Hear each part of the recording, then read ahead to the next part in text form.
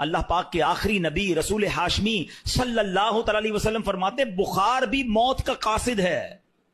بخار آتا ہے نا ہمیں، کئیوں کو سب کو بخار آیا ہوگا کبھی نہ کبھی. فرمایا یہ موت کا قاصد ہے. اور سنیں کیا پیارا جملہ نبی پاک نے فرمایا کہ بخار زمین پر اللہ پاک کا بنایا ہوا قید خانہ ہے.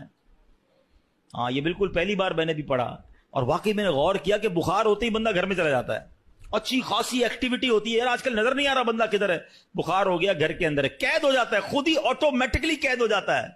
آقا نے فرمایا بخار زمین پر اللہ پاک کا بنایا ہوا قید خانہ ہے.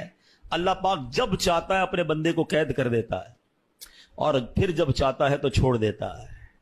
یہ قاصد ہے، یہ پیغام ہے کہ تیری کوئی حقیقت نہیں، رب نے جب چاہنا ہے یہ روح بھی واپس چلی جانی ہے.